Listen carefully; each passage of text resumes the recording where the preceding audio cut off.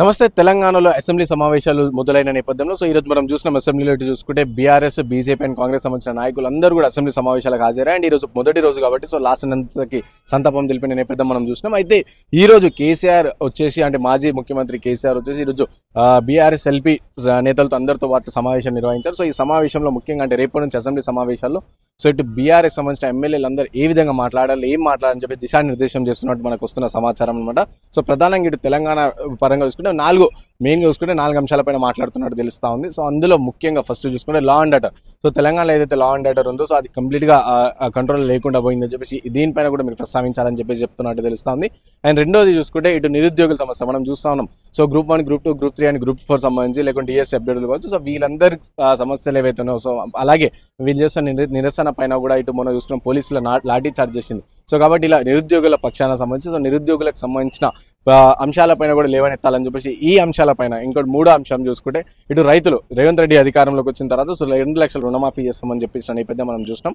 అయితే 2 లక్షల రుణమాఫీలో ఇప్పటికే మొదటి విడతలో 1 లక్ష లోపు ఉన్న రుణమాఫీలన్నీ చేసినాయి. అందులో 70% మందికి కాలేదు అని చెప్పేసి బీఆర్ఎస్ చాలా బలంగా చెప్తున్న పరిస్థితి మనం చూసినాం. అయితే ఇది రైతులకు సంబంధించి రుణమాఫీ కూడా అమలు అవ్వట్లేదు. అలాగే నిరుద్యోగులకు సంబంధించి నిరుద్యోగ భృతి కావచ్చు, రైతులకు సంబంధించి బోనస్ ఇస్తా అన్నారుగా. అలాంటి బోనస్ ఇవన్నిటిపైన కూడా ప్రధానంగా వీటిపైన ఏకధాటిగా మాట్లాడాలని చెప్పేసి చాలా గట్టిగానే ఇటు ఎమ్మెల్యేలు బీఆర్ఎస్ సంబంధించిన ఎమ్మెల్యేలు ఎమ్మెల్సీలతో కావచ్చు వీళ్ళందరికీ కూడా గట్టిగా చెప్తున్నట్టు తెలుస్తా ఉంది మనకి ఈ 3 అంశాలు. అలాగే ఇంకో 4వ అంశం కావచ్చు పార్టీ ఫిరాయింపులు. ఏవైతే పార్టీ ఫిరాయింపులు ఎమ్మెల్యేలు ఎవరైతున్నారో 10 మంది ఎమ్మెల్యేలు కావచ్చు, 8 మంది 9 మంది ఎమ్మెల్సీలు ఎవరైతున్నారో వాళ్ళని వాళ్ళ విధుల నుంచి తొలగించాలంటే వాళ్ళని విధుల నుంచి తొలగించాలని చెప్పేసి ఇప్పటికే ఒత్తిడి తీసుకొస్తున్నామని కనిపిస్తా ఉంది. కాబట్టి వాళ్ళపైన అనర్హత వేటు వేయాలని చెప్పేసి కాబట్టి వీటిపైన అంటే ఈ చూసుకుంటే 4 నిరుద్యోగులు కావచ్చు, లా అండ్ ఆర్డర్ కావచ్చు, లేకుంటే రైతుల సంక్షేమం కావచ్చు, లేకుంటే ఇటు పార్టీ ఫిరాయింపులు కావచ్చు. వీటన్నిటిపైన కూడా చాలా గట్టిగా తీసుకెళ్లాలని చెప్పేసి వాళ్ళు చెప్తున్న పరిస్థితి మనకు కనిపిస్తా ఉంది. ఇంకోటి అలాగే ఈ మెయిన్ 4 అంశాలపైన ఈరోజు బీఆర్ఎస్ ఎల్బీ నేతలతో కేసీఆర్ వాళ్ళందరికీ దిశానిర్దేశం చేస్తున్నట్టు తెలుస్తా ఉంది. ఇంకోటి వైపు చూసుకుంటే రేపు బడ్జెట్ సమావేశం పూర్తిస్థాయి బడ్జెట్ తెలంగాణలో పూర్తిస్థాయి తెలంగాణ బడ్జెట్ పెడుతున్న నేపథ్యంలో ఇటు కేసీఆర్ హాజరు అవుతారా లేదా అని చెప్పేసి దానిపైన కూడా కొన్ని చర్చలు జరుగుతున్నాయి అని చెప్పేసి మనకు వస్తున్న సమాచారం.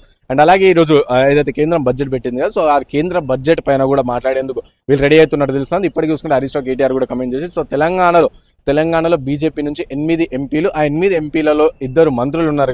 2 కేంద్ర మంత్రులు ఉన్నా సరే తెలంగాణకి ఎలాంటి బడ్జెట్ కూడా రాలేదు. అలాగే ఏపీలో చూసుకుంటే ఏపీలో 16,000 కోట్లు ఏపీకి కేటాయించారు, కానీ తెలంగాణలో ఎందుకు కేటాయించలేదు? తెలంగాణకి కేంద్రం మొండి చేయి చూపించింది అని చెప్పి దీనిపైన కూడా చాలా సీరియస్ ఉన్నట్టు తెలుస్తా ఉంది మనకి. ఇవి అనమాట ఈ అంశాలపైన ప్రధానంగా కేసీఆర్ బీఆర్ఎస్ సంబంధించిన ఎమ్మెల్యేలకి దిశానిర్దేశం చేస్తున్నట్టు మనకు అందుతున్న తాజా వార్త.